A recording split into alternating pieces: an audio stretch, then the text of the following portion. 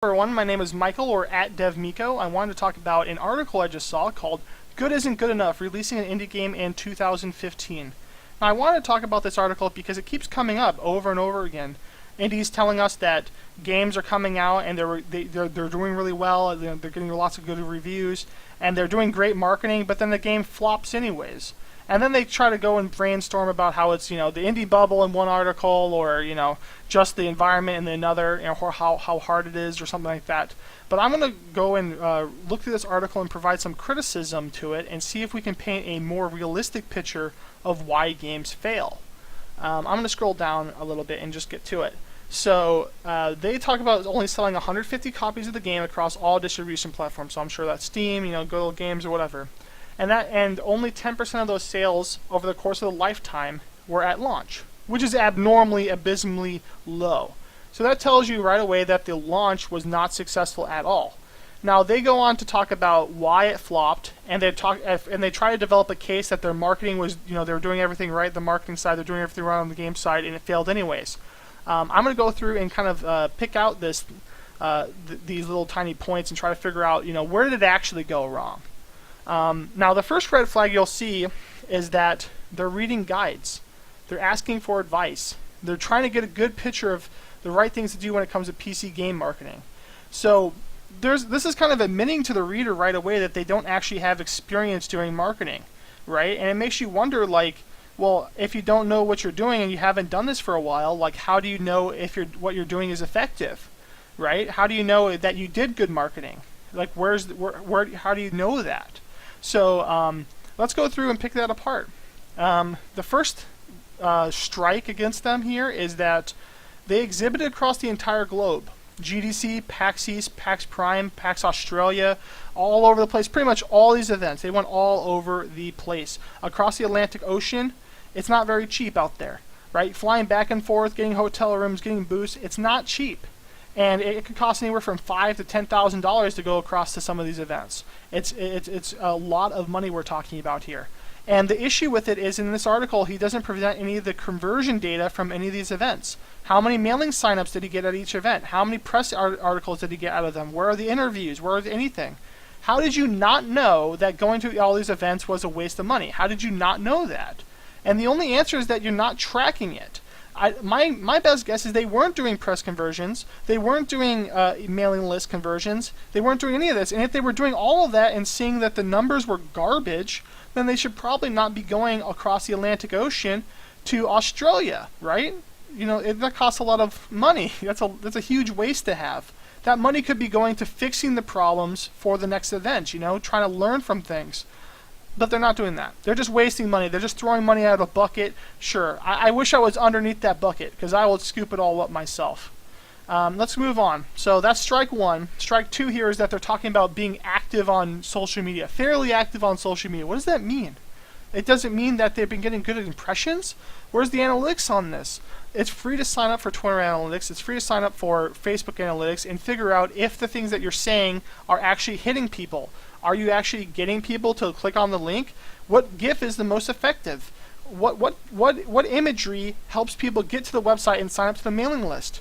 You don't have any of that here. You're just telling me that you're making tweets. Well, what does that mean? It doesn't mean anything in terms of the game sales. Then they post the Reddit forums and so on. So same deal. They're not tracking the data. Now, once again, why are they doing this? Why are they not tracking the data? Why do they not know any of this stuff? It's because they don't have experience.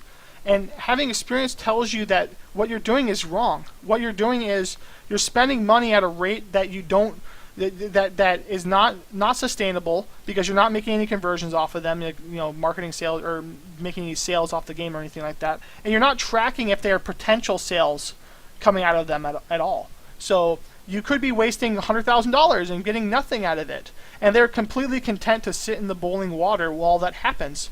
Because if they saw them, there's only two options here. They either had the data and saw that they were doing something wrong and kept doing it in more and more extremes, doing more and more expensive events, or they didn't have the data and they shouldn't be going and dumping money at things randomly and hoping that it works. There's no excuse here, because you're not providing it. Now, there's the third option, that they went out to all these places, got insane conversions and all that, but something tells me that's not the case, and I would love to be wrong. Please email me the data on this. I would love to see that you got 20,000 email signups and that you still got 150 sales. I would love to see that. That would be crazy. I would absolutely be floored. It would be really interesting to figure that out. So please provide me with that if that's the case. Moving on though. So they hired a PR company. This is once again a really bad move for indies if they don't have experience with marketing, because they cannot accurately they can't accurately judge how good a PR company is actually working for them, because the problem is that they'll give them resources that they don't know have high conversion rates. So the PR company might be doing a great job sending it off everywhere, but then there's a problem, right? The problem with the PR company is that you're giving them like a turd sandwich to distribute to all the kids, and no one's going to eat it, right? So you have to figure out if what you're giving to the PR people to push is actually content that is, going to hit well. And if it isn't, then you should, redefine that content and come up with something that actually is hitting well. You can do that by testing things on social media and at events. I wouldn't do events until you're sure about social media, but you get the idea. You can track the analytics, figure out what's good, then send it to the PR company to get good conversions. But yeah, if you don't know what you're doing, you're going to waste money on PR. It happens a lot. Let's move on from that though.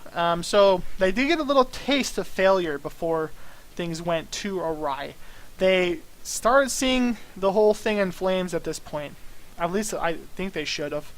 They got a big video, 500,000 views. That's actually not that big for a number of reasons, but whatever, I don't need to go into that. The main thing about it is that it got 500,000 views, but only 20 sales that came from the video. Now, if every time you got 500,000 views, you only got 20 sales, well, I mean, that's kind of a red flag there, right? That you're getting the biggest hit. This is a big break. You're getting a big YouTuber to finally, try your game out and make a big thing of it, and then you're getting nothing out of it. Doesn't that tell you that what you're producing is either, needs to go back to the drawing board, that you shouldn't launch? Well, I mean, maybe this was after launch, but, you get the idea that if the data's telling you not to launch, you need to change things. You can't just launch and hope for the best. That's just rolling the dice. That's not going to work for you.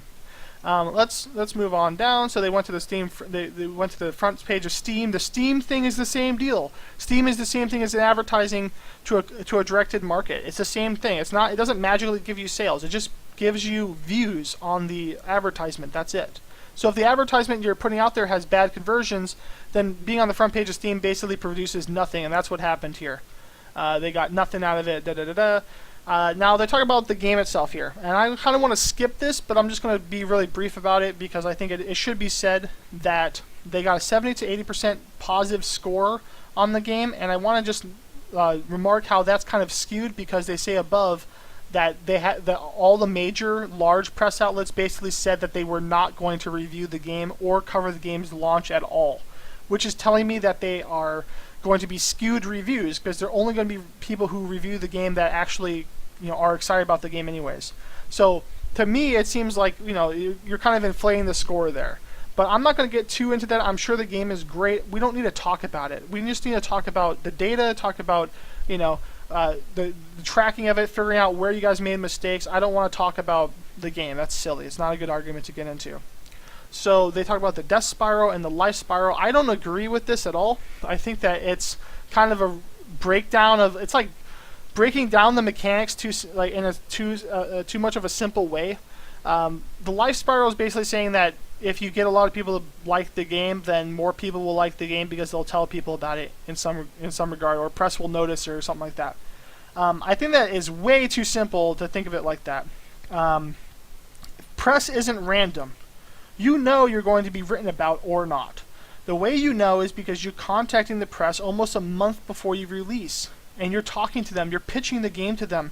You're saying, hey, Paul, dude, do you like my game? Look at it. Check out these GIFs. And he'll say yes or no. And if he says no, and you go to all the writers on the site and they all say they're not very interested, then you have to change things to be able to appeal to them, right? And then you come back to say, thanks for the feedback, Paul. I made some tweaks. Tell me if you like it. And then Paul will say, yeah, dude, this is looking really exciting now. I like how it's coming along. Then you start getting a conversation going. And over the course of the month, you might be able to, have a real relationship with the press that shows people, hey, this game's actually really good. I'm going to actually write about it when it comes out. Yeah. And you'll know if he's going to write or not at that point. So let's move on from that. You'll know. If you don't have that information, you're just doing it all at the last minute, then you're just winging it. You're just basically hoping that the dice roll turns out well, going viral and all that stuff. It's not accurate. So you're just basically just, you're in the dark right now. Scrolling on down. So here they kind of sum it up. They say, okay, the game was good. I'm not going to debate that. The marketing campaign was good. They don't know that because they don't have experience, they don't have data. And the sales were terrible. The sales were accurate, is what I'll say. I say the sales were accurate instead.